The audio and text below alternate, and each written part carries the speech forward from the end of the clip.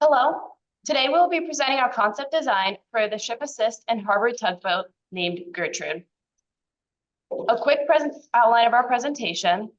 We're going to start with our mission requirements and then present the vessel systems that meet these requirements, move on to the principal characteristics and the lines plan and general arrangement that would derive from these characteristics.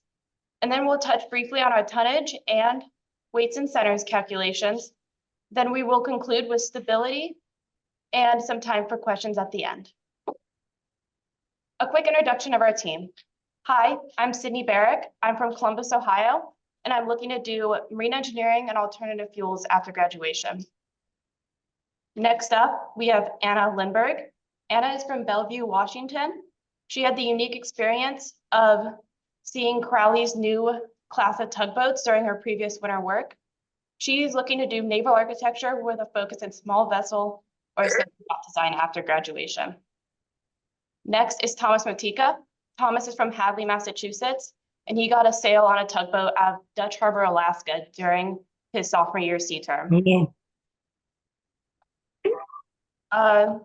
Hello. He is looking to do yacht design and recreational small craft after graduation. Last but not least is Eli Murray. Eli is from Scituate, Massachusetts, and he's looking to do recreational or small vessel design after graduation. We'd also like to take the time and thank our industry mentors for their continued guidance and support thus far in the design. All right, on to our mission requirements, which we're a guiding force throughout this design process. The purpose of our vessel is to be a ship assist and escort services for commercial vessels. Additionally, it needed to demonstrate capabilities for firefighting, specifically FIFI Level 1, and oil spill containment capabilities. Her range from Portland, Maine and Jacksonville, Florida led her to need to be compliant with the United States Coast Guard regulations and Class NK. She also had to be under 300 gross registered tons and 500 gross tons to meet compliance with regulatory and ITC tonnage. Also, in light of new environmental regulations coming out, we needed to demonstrate a 25% reduction in conventional fuel use. The technical requirements she needed to meet started with a design speed of 12 knots, but a maximum speed of 14. She has a range of 3,000 nautical miles, a maximum full load draft of 5.5 meters, a bullet pool of 80 tonnes in line with our ship assist and escort mission, and she has an oil spill containment equipment capacity of 350 meters. The rules and regulations were also a guiding force in our design decisions. The general one we had to meet was 46 CFR subchapter M, which contains the health and safety and operation requirements for towing vessels and the crew members on board them. Next was Class NK, setting our structural, machinery, and system arrangements, specifically in Part CS and Part O. Our intact stability was set by IMO Intact Stability of 2008, which sets mandatory stability criteria for ensuring safe operation of ships to minimize the risk to ships, personnel, and the environment. The last one was 46 CFR, which set our life-saving and firefighting capabilities. I will invite Eli up now to talk about our major vessel systems.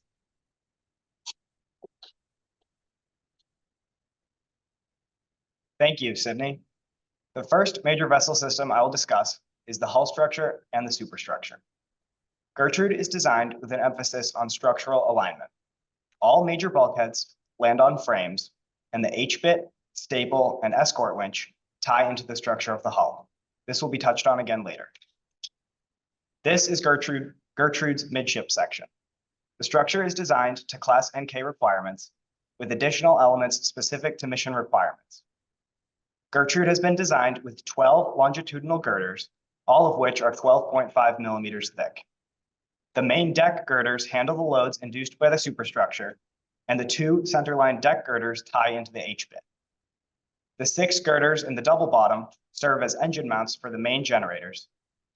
And finally, the inner side shell creates a void space, which provides room for tonnage deep frames. Gertrude's keel plate is 12.5 millimeters thick. She has a bottom thickness of 10 millimeters, a side shell thickness of 10 millimeters, and a deck thickness of 4 millimeters. To meet the 80-ton bollard pull requirement, we are using two Kongsberg RD-AZ 2800 electric azimuthing thrusters. These will provide a bollard pull of 89 tonnes. The propellers are 2.8 meters in diameter. And at the full bollard pull condition, these thrusters take 5,200 kilowatts of power. Gertrude will be generating this power using three Caterpillar 3512E diesel generator sets, each of which generate 1,700 kilowatts of power for a total of 5,100 kilowatts. Gertrude has also been designed to use 17 Corvus Orca batteries, which add an additional 2,100 kilowatt hours of power to the system. However, at cruising speed, Gertrude only needs 1,100 kilowatts of power, so the generators will usually be able to run at their most efficient operating point, and the batteries can be used for peak shaving. Due to the 3,000 nautical mile endurance requirement, Gertrude will carry over 50,000 gallons of diesel on board. It will be very uncommon for her to use this range, so this fuel will be likely sitting in the tanks for longer periods of time. To accommodate this, Gertrude will be equipped with a fuel oil separator, sludge tank, and fuel transfer pump. The main engines will be cooled with fresh water, and the freshwater cooling system will be discussed later. One of Gertrude's most important systems is her electrical system, which you can see here. Note the bus tying the two main sides of the switchboard together. The electrical system is broken into two categories, the emergency side and the normal use side. During normal use, the bus is closed and the emergency switchboard and main switchboard are tied together. In the event of an electrical emergency, the bus opens and the emergency switchboard is isolated from the other loads which it may not be able to supply. The main switchboard operates at 690 volts. The shore power, escort winch, azimuthing thrusters, and two of the Caterpillar 3512Es are on this switchboard. This is the 440 volt switchboard. The main loads on this switchboard come from the FIFI pumps. There are many other pumps, lights, and loads that are on lower voltage switchboards, which are not pictured. This is the main emergency switchboard. It has one of the generators on it, as well as the Corvus Orca batteries, both of which can provide power in the case of an electrical failure. This is the 440 volt emergency switchboard, which has the freshwater cooling pumps as its main loads. There are also emergency lights and other safety items on emergency switchboards not pictured. For auxiliary systems, the freshwater cooling system is shown here. The system has two freshwater cooling pumps for added redundancy, and the heat exchanger is a box cooler located in the sea chest. As I touched on earlier, there is a fuel oil transfer system, separator, and sludge tank on board as well. And aside from her FIFI Level 1 compliant firefighting system, Gertrude has an onboard fire protection system for her own safety in the case of an emergency. The mission systems are the systems that will ensure Gertrude can meet her escort and ship assist requirements. She is fitted with a Kongsberg electric constant tension escort winch, which has around 120-ton line pull capability. This winch also has regenerative braking, which means it can provide power to Gertrude as it feeds out line under tension. The staple and H-bit are made from 18-inch steel pipe and are both tied into the structure for maximum strength, as discussed before. It will be a common occurrence for Gertrude to come into contact with ships as she provides service to them, so it is very important to have fendering to ensure the safety of both vessels. Gertrude has high compression strength rubber around the entire perimeter of her hull. She also has an oil spill containment system, which will hold 350 meters of oil spill boom, which can be deployed when needed. And as Sydney said, Gertrude is required to be FIFI Level 1 compliant. She will have two fire monitors on the officer block deck, capable of delivering 1,200 cubic meters of water per hour. They can each throw water 120 meters, which meets the FIFI Level 1 requirement. For hotel systems, Gertrude has gray and black water tanks sized appropriately for her endurance. She has enough potable fresh water to sustain a crew of 6. She has an oversized on-demand hot water heater that ensures hot water for the crew without needing a hot water holding tank. And she has a robust HVAC system, which will provide heating and cooling, which is important because she will be working at temperatures as cold as Maine in the winter to temperatures as warm as Jacksonville in the summer. I will now pass the presentation to Thomas to talk about the principal characteristics. Thank you, Eli. I will begin with a discussion of Gertrude's principal characteristics. The selection of principal characteristics was initially based upon a parametric analysis. We developed a database of approximately 100 similar vessels and used their parameters to start our design process. These values were tweaked as the design progressed. Gertrude's current characteristics are as follows. She has an overall length of 32 meters, a breadth of 12.8 meters, a depth of 6 meters, a design draft of 4.5 meters, a fuel capacity of 52,600 gallons, a freshwater capacity of 4,000 gallons, and a personnel of 4 crew and 2 officers. I will now discuss Gertrude's hull form. To limit costs and aid in the construction process, Gertrude has been designed with a double-chined developable hull. She is also fit with a large box skeg, increasing her projected area to aid in escort operations. This skeg will also serve to protect her thrusters in the event of unintentional grounding. Her gunnels have a steep step forward of midships to accommodate large bow fenders. Gertrude was designed with a low length to beam ratio, which aids in stability during escort operations. To maximize control while directly contacting the ships that she is escorting, Gertrude has been designed with a blunt bow. Gertrude's double chines are reflected in her body plan. Stations 5 through 10 illustrate her steep buttock rise. This will be discussed later in the presentation. I will now discuss Gertrude's general arrangement. To accommodate her 6 occupants, Gertrude's deck house has been segmented into 3 sections. First, the wheelhouse. This is where the master will control the vessel and all major mission systems can be operated from this space. Beneath the deck house or the wheelhouse, we have the officer block. This provides accommodations for the master and the first mate, as well as dedicated storage. Finally, we have the main deck. The main deck includes our stores, our galley, and accommodations for our 4 crew members. Each deck of the wheelhouse includes an appropriate tonnage path.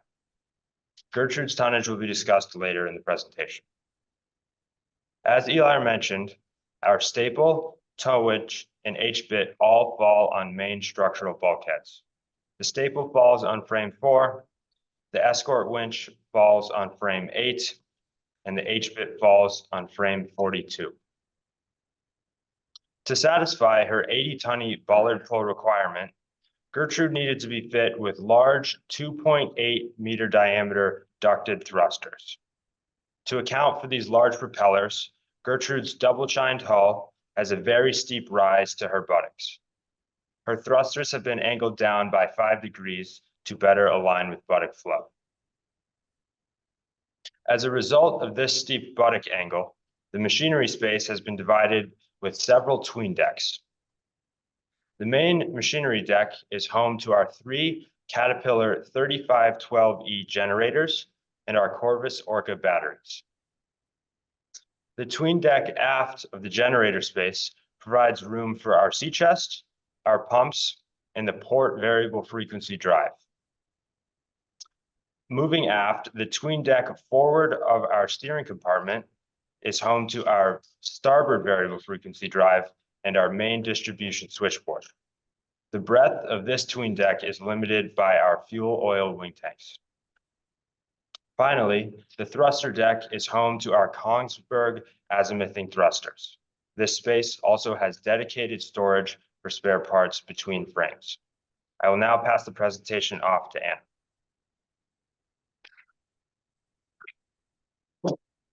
Thank you, Thomas. During our design process, there were 2 types of tonnage that we considered. The first was ITC gross tonnage, and this is based on the enclosed volume of the vessel. Our design requirement stated that Gertrude had to be less than 500 gross tons. In actuality, she is 386 gross tons. The second type of tonnage that we considered was US gross registered tonnage, which is what ended up impacting our design process. This is because US gross registered tonnage is based on framing, a tonnage path through the superstructure, and the use of each compartment. Our design requirement stated that we had to be less than 300 gross registered tons, and Gertrude ended up being 249 gross registered tons. Below deck, we used deep framing with lightning holes in our tanks and voids to remove volume from our gross registered tonnage. In our superstructure, we used tonnage openings to create a tonnage path through the deck house to additionally decrease our gross registered tonnage. There's a 3-foot by 7-foot tonnage opening at the aft end of the wheelhouse and 4-foot by 5-foot tonnage openings at the aft ends of the officer deck and main deck. However, there were some spaces in our deck house that we could not eliminate from tonnage. These were primarily the voids above our tonnage deck. I will now discuss Gertrude's weights and centers.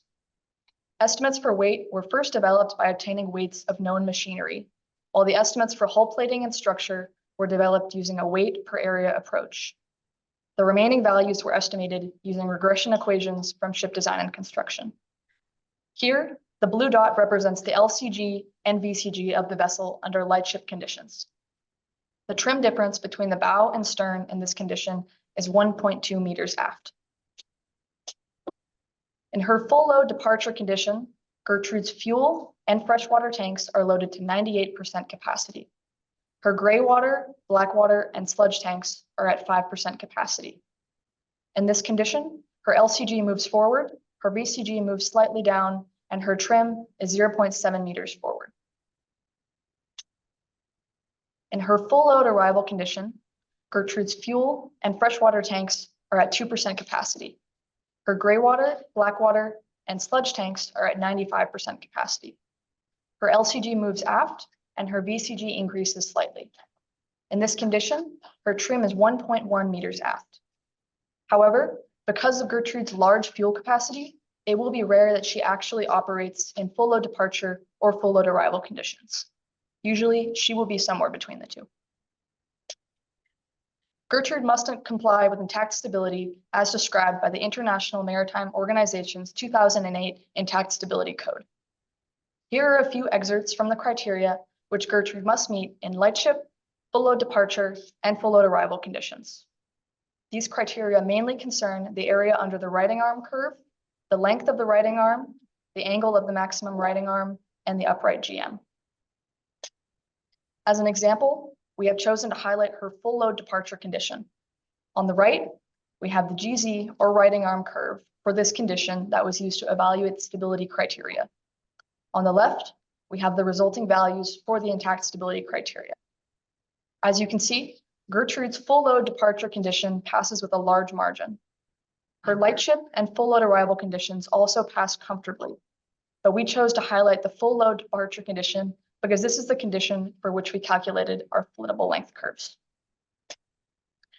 These are the floodable length curves for Gertrude in the full load departure condition. The floodable length curves represent damage stability and indicate the viability of a vessel if a compartment floods and directly depend on the permeability of each compartment. For compartments with machinery, this is 0.85. On Gertrude, this includes the battery locker, the main machinery compartment, and the steering gear compartment. For other compartments, this is 0.95. On Gertrude, this includes her tanks and voids. Where the triangles are above the floodable length curves, the vessel does not pass damage stability. Here, we have two triangles above the floodable length curves. The aft triangle represents the steering compartment. This could be fixed by adjusting the hull geometry in the stern or moving the bulkhead separating this compartment from the main machinery space aft. However, this larger triangle represents the main machinery compartment. The size of this compartment is entirely dictated by the length of the generators, so another bulkhead could not be installed to fix this. Thus, Gertrude does not pass damage stability requirements. However, this is not overly surprising because this is a common occurrence for tugboats. I will now invite the rest of my team back to the podium to take questions. Thank you.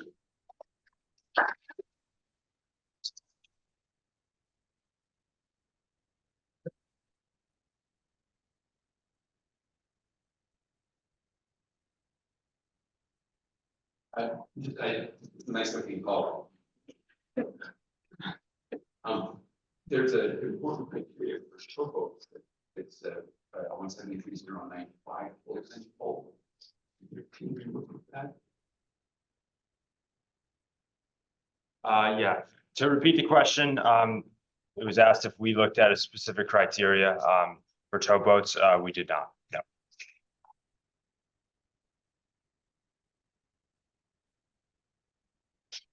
To follow on that question, your escort winch in the front is pretty far forward. It looks like a line a bit that's very far forward on the boat. Is this tug intended for use of indirect towing? And consider the placement of that line with regard to your center of lateral resistance? See how one indirect towing. Typically, most tugboat design for doing indirect towing will want to move that escort winch as far back as possible. I mean, and it. To repeat the question was if we considered the placement of the escort winch and the staple for indirect towing. The answer is yes, it is intended for indirect towing. The placement of our staple and our escort winch was with the guidance of our industry mentors. Originally, we did have it further back aft, but upon suggestions, we moved it a little bit farther forward to be able to get it on a main bulkhead. So I think our priority there was structural stability.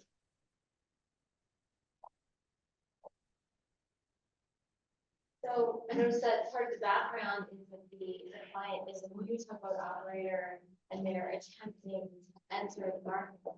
So with that in mind, I was wondering if they had provided you with any additional context or constraints for the commercial aspects of this with these agreement. Did they mention it was a one-off, or were they taking multiples for this design? And did they give you any other kind of constraints as far as we want this to be bigger and better, or we want it to be cheaper and faster delivery? And then also something for you to consider, if with it being a new venture, if there are, let's say, they have joint venture partners, we could say like, hey, we could be your partner in this and help you sell it, with incentives on. Was any of that hard to set up? So the question was, what did the buyer look for in the fleet, and what was the information communicated to us? It was very limited. We had a very broad range. We had a very broad locations that we were going to be working in. We don't know anything else about the fleet or what they were looking for in the vessel beyond the requirements that we already presented. I noticed that your estimated gross was significantly lower than the target number. I'd just like to suggest if you would continue this on the design spiral, owners and shipyards wanted to do as little as possible to comply with tonnage. I think all the vendors here would agree with that. I would suggest going back and looking at your deep framing to see how you can cut it back and put less material in the vessel, reduce weight, reduce the amount of coating and so forth. Thank you.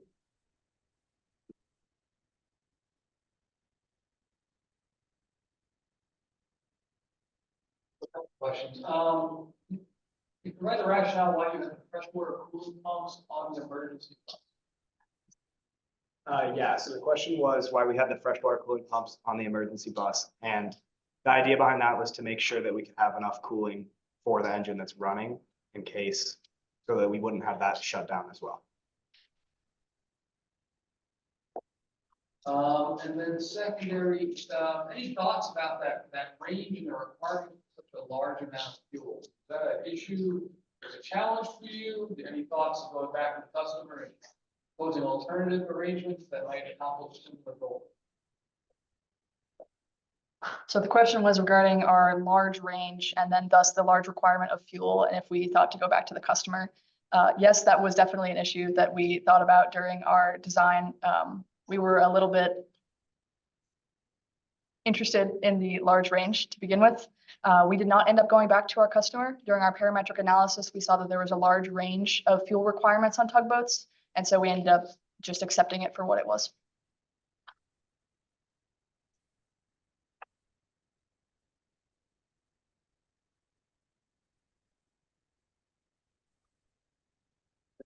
Thank you very much.